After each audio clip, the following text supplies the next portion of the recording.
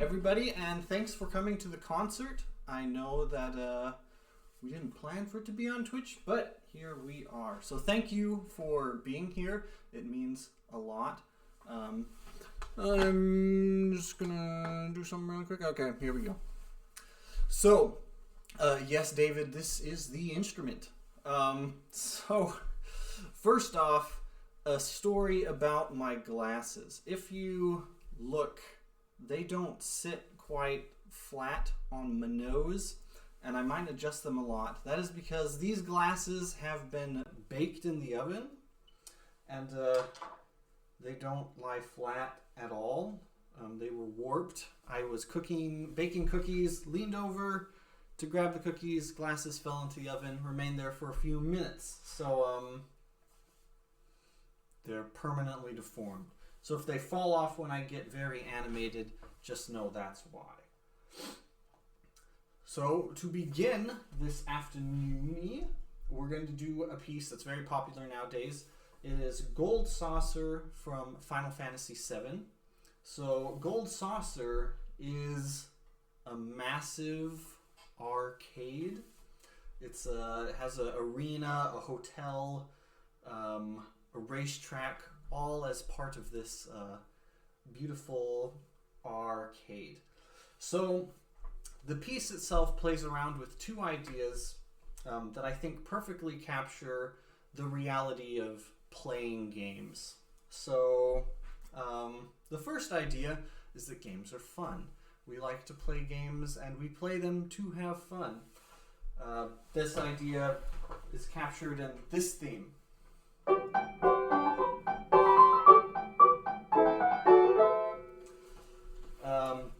The second idea is a perhaps darker theme, that when a game spirals out of control, we tend to spiral out of control. So a quick story. My brother and I, an older brother who shall remain unnamed, used to play video games every morning. And I remember distinctly going to his room and being like, hey, can we play this game? And I was so excited. I was like, this is the best way to start the day. And he'd be like, yeah, let's do it. And 30 minutes later, an hour later, I would leave in tears. And he would be very upset. And that's what happened when I played games. Did my shoes fall in the oven too? No. Luckily not. Thank goodness. However, I don't need shoes to play piano. So to get back to my story, I think we can all relate to these scenarios where our expectations far surpass the reality of the situation. And I think this piece does a good job at showing how much our expectations can betray us if we're super set on one outcome. So enjoy the fun and the darker side of games in Gold Saucer.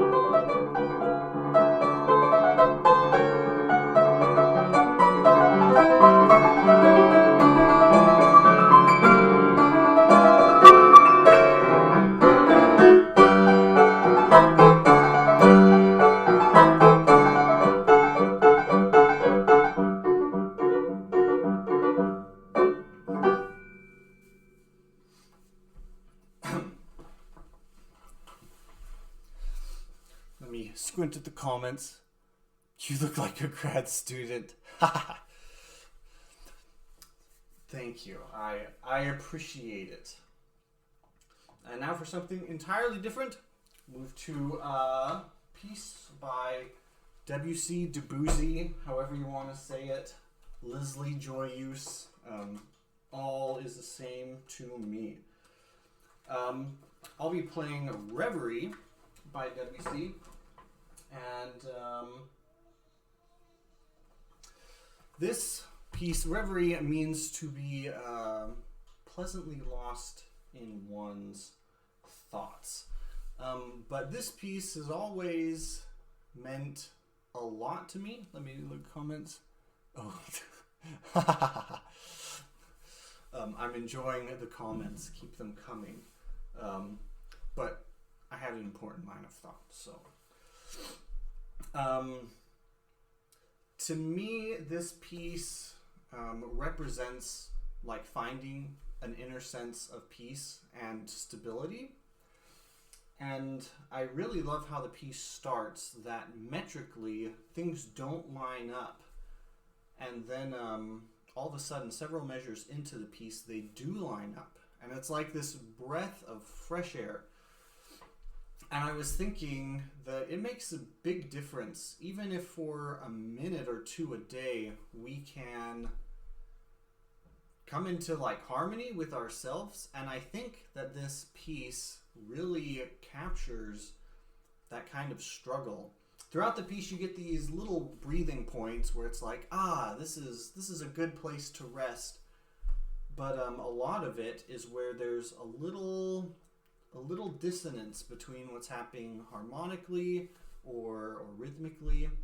But by the end of the piece, you finally achieve that settled rest that, to me, is the goal of the piece. So here is Reverie.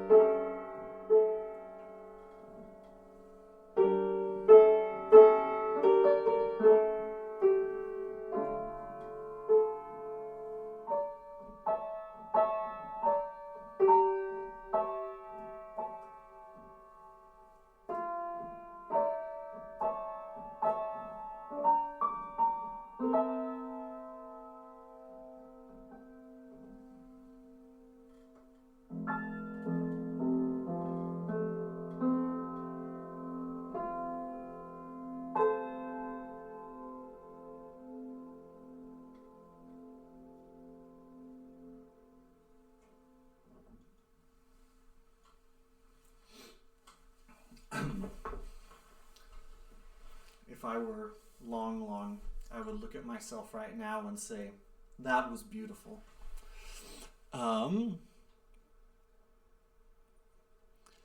Thank you for the comments. Thank you for the compliment of beauty. I certainly hope it was. Anyway, moving on. Next piece shall be from Final Fantasy X, the Thunder Plains.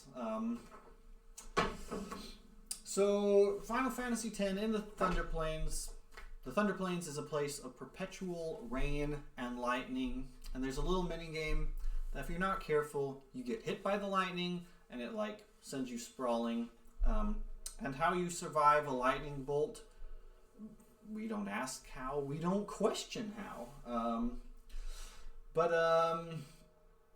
Yeah, so we just don't worry about it. But musically, I've always been intrigued by this piece because it gives a lot of opportunities to highlight what you can do with color. So I'm going to attempt to give a demonstration. I hope my mic picks it up, but I'm going to attempt to play this without variation in the color and then play it with some variation. So here's the bad version that I hope you don't enjoy as much as the other one.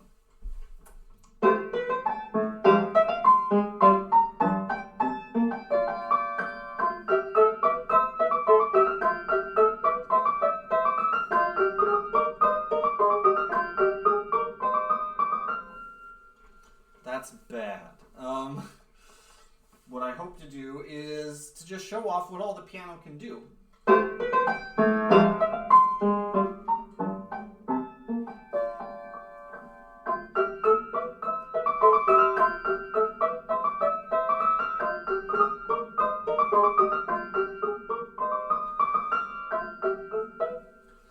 And so on and so forth. That's the goal. I really like how this piece shows how ideas like beauty and happiness and peace are interwoven. I love the rain. I love listening to it and watching it. And it sparks all these different emotions at different times. It's like, oh, this is so peaceful. I can meditate to this. Or it's like, I got to go play out in the rain. But the piece also, I think, conveys that as it jumps from idea to idea and color to color.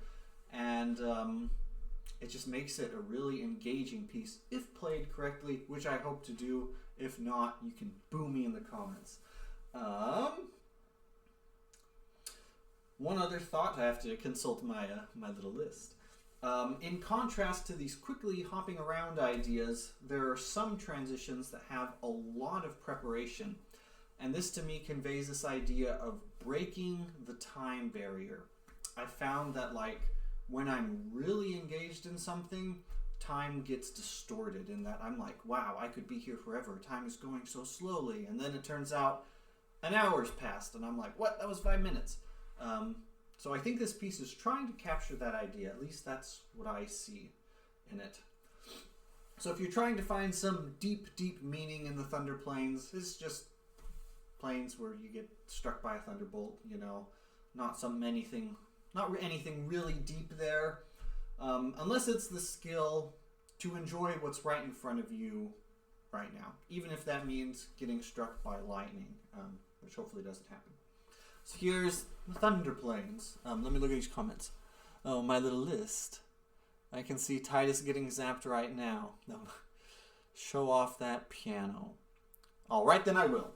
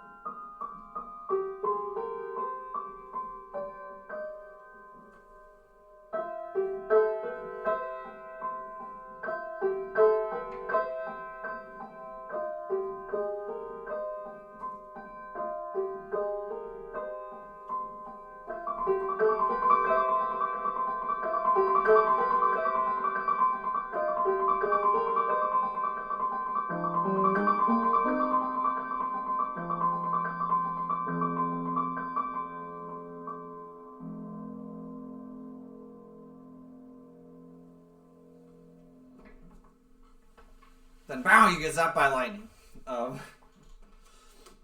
Hopefully, I hope not.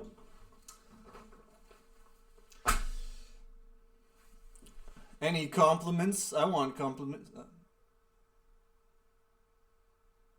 Sorry that your internet won't let you listen to the music.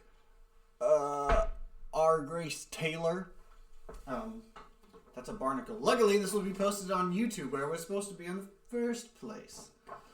Hooray for me.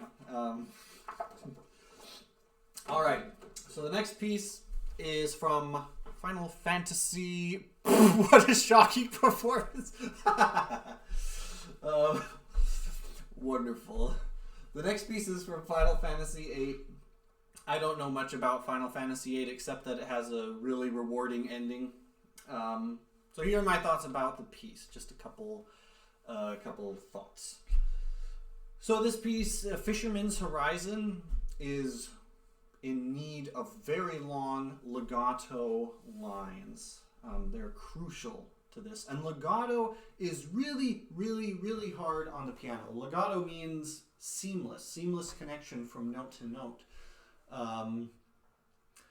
And I don't know, maybe I'm just biased, but like on a wind instrument where you have wind to connect notes, that seems a lot easier than on a piano where you're pressing a key that strikes a hammer, well, that uses a hammer that strikes a string. That's hard to do legato on and make it sound really good. Luckily, you have the damper pedal. So I hope to have very nice and luscious legato lines. But my favorite part of the piece is wow, this is good English, are the really tight harmonies and these really luscious chords. Let me give you an example. So you have this chord, which doesn't sound super nice on its own, but in context, I think it's stunning because it captures, to me, the indescribable nature of things that are super beautiful. That's like, wow, I can't comprehend this. It's that beautiful.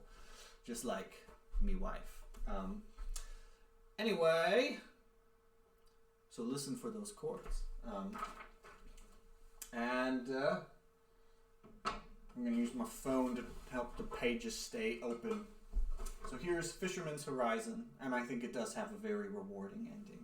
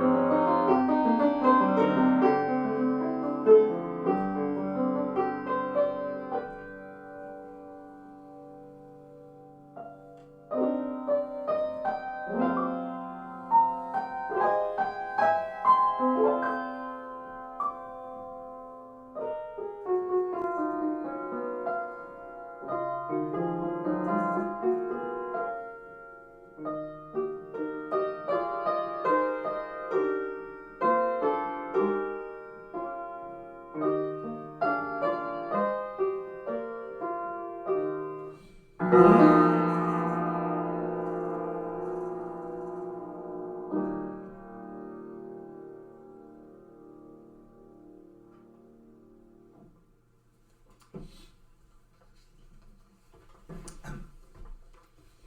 to lean in again to see the comments.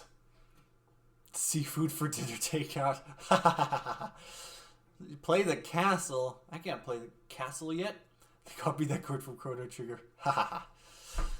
Well, no castle today. Maybe later.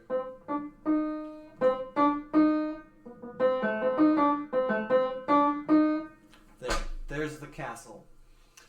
So I got one more piece for y'all. This is Besaid Island or Bisajo Island, depending on if you're looking at, I think the Japanese spelling of Besaid from Final Fantasy X. So this piece is built up of two main ideas. The first is very playful, rich harmonically, and the second idea is very flowy.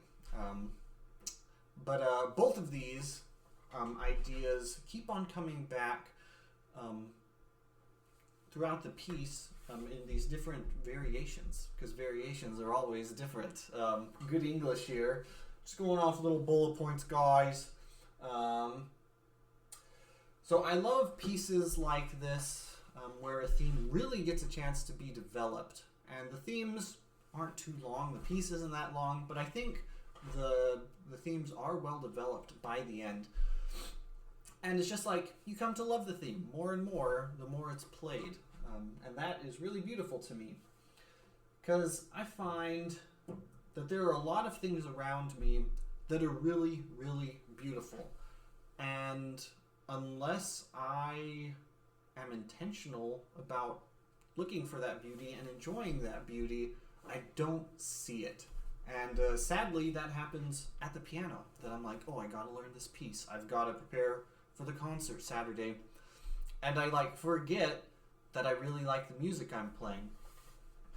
And so this piece and this theme and variation that seems to go on as these themes are developed, I take away from that there's a principle that is that a little variation on something that's very important to you goes a really long way. And it can be the spark that lets you see something fresh, like it was new, and really enjoy it again. So as I work on my music, I'm always trying to change up what I do just a little bit. Because if I do the same thing over and over and over again, it really, really gets bland. So I hope I can convey that variation to you. One more thing. I like how this piece conveys two ways that beauty affects me. One way is that it just is nice, it warms me. It's like, oh, that's really beautiful. Look at that tree, look at that mountain. The other way is when I'm swept off my feet. If you want a piece that sweeps you off your feet, dang it, I forgot the piece. It's a Shostakovich piano concerto. It's the second movement. It's the one he disavowed because it was too Western. Anyway, second movement, it's gorgeous. It just sweeps you off your feet. But I think this piece conveys both of those. It's that's really pretty, that's really nice, and also whoa, that's very nice. Anyway, enough yammering. Let's play some music.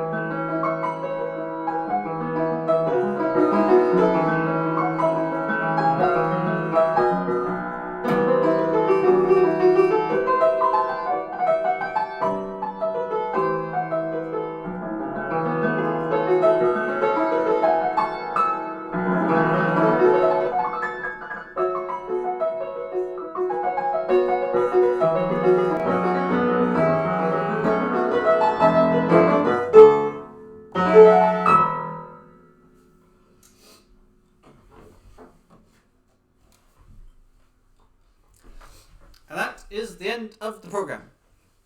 So I love that piece. It's been a favorite for months, days, years. I learned it first when I was a teenager, and I can write it. I can play it better. Oh, an important note from Delaney Gustafsson, Masashi Hamazu, not Nobuo Uematsu, wrote this thunder playing. Oh, correct. I put Nobuo Uematsu on the concert info. Correct. Masashi Hamazu is very, very good. I love his music. Anyway, that's the concert. Next time it'll be on YouTube. I'll be playing some Beethoven and a Debussy dance suite, which is made up of random dances that I have collected. But they're all dances. I'll be playing some from the Suite Bergamesque.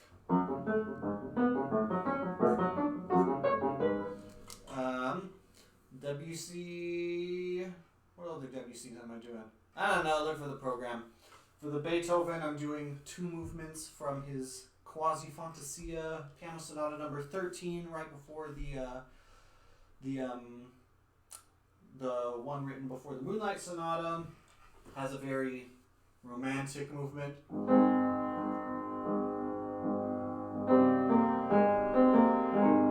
And a humorosco movement.